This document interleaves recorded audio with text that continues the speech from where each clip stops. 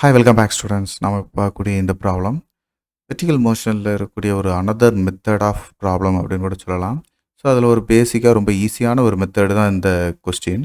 So இந்த கொஸ்டினுடைய கான்செப்டை நீங்கள் தெளிவாக புரிஞ்சுக்கிட்டீங்க அப்படின்னா இதுக்கு ரெலவெண்ட்டாக இருக்கக்கூடிய எந்த ஒரு கொஸ்டினாக இருந்தாலும் நம்மளுக்கு இந்த கொஸ்டினோட டேட்டாவை எப்படி அனலைஸ் பண்ணணும், எப்படி நம்ம கிவன் டேட்டாவாக எடுத்துக்கணும் அப்படின்றத நீங்கள் புரிஞ்சுக்கலாம்.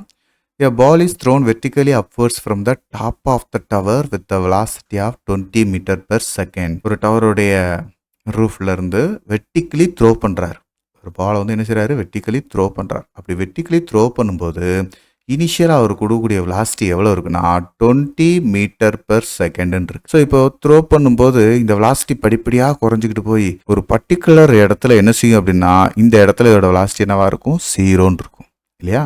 ஸோ ஆஃப்டர் இது கண்டினியூஸாக ரீச் பண்ணி திரும்ப டவுன்வர்ட் டைரக்ஷனில் வரும்போது கரெக்டாக எக்ஸாக்டாக எந்த இடத்துல த்ரோ பண்ணாரோ அந்த இடத்துக்கு நேராக பார்த்தீங்கன்னு வைங்களேன், அந்த இடத்துக்கு நேராக பார்த்தோம் அப்படின்னா நம்மளுக்கு வெலாசிட்டி இப்போ என்னவாக இருந்திருக்கும், -20 மீட்டர் பெர் செகண்டுன்னு இருக்கும். ஏன்னா கிராஜுவலாக மேலே நோக்கி போனதுக்கும் இந்த இதுக்கும் டேரக்ஷன் வந்து எப்படி இருக்குது, ஒன்றுக்கு ஒன்று ஆப்போசிட் டேரக்ஷனாக இருக்குது இல்லையா. ஸோ நம்ம இங்கே கொடுத்த இந்த வெலாசிட்டி அப்படின்றது எங்கேயும் டிஸ்ட்ராக்ஷன் ஆகலை.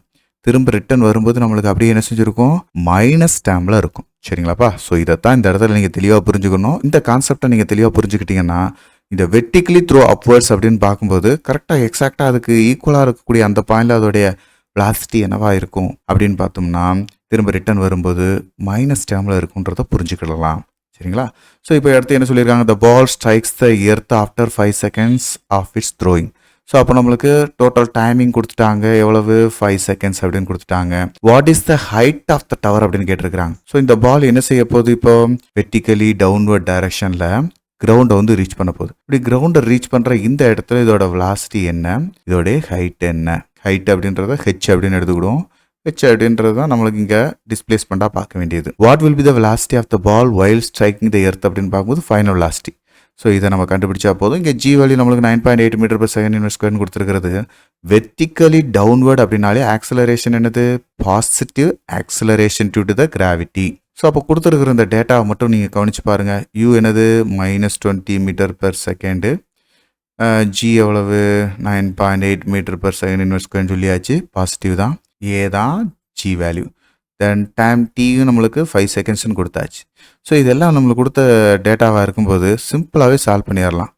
எஸ்ன்ற இந்த டிஸ்பிளேஸ்மெண்ட்டை கண்டுபிடிக்கிறதுக்கு ஈக்குவேஷன் ஆஃப் மோஷன் செகண்ட் ஈக்குவேஷனை நம்ம யூஸ் பண்ணுவோமா, s equal to u t plus half a t square அப்படின்ற இந்த ஃபார்முலாவில் எஸ்ன்றது ஹைட்டு.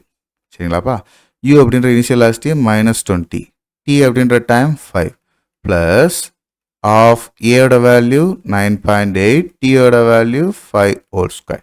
ஸோ இப்போது -100 ப்ளஸ் இந்த 9.8 அடிச்சோம்னா 4.9 கூட வரும். 4.9 × 25.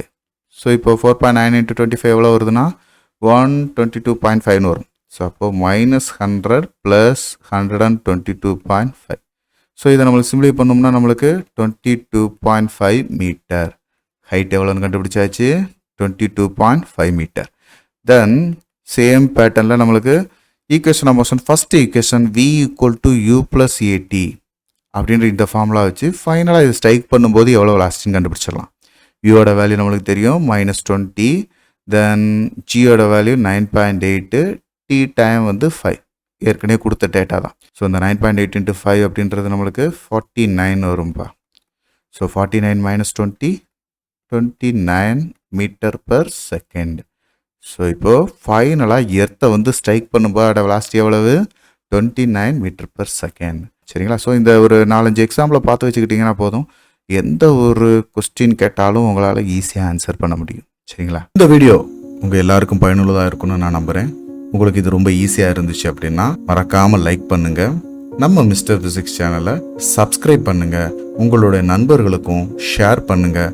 நம்மளுடைய தொடர்ந்து எல்லா வீடியோக்களும் உங்களுக்கு வரணும் அப்படின்னா நம்ம நோட்டிஃபிகேஷனில் ஆல் அப்படின்ற ஆப்ஷனோட கிளிக் பண்ணுங்கள்.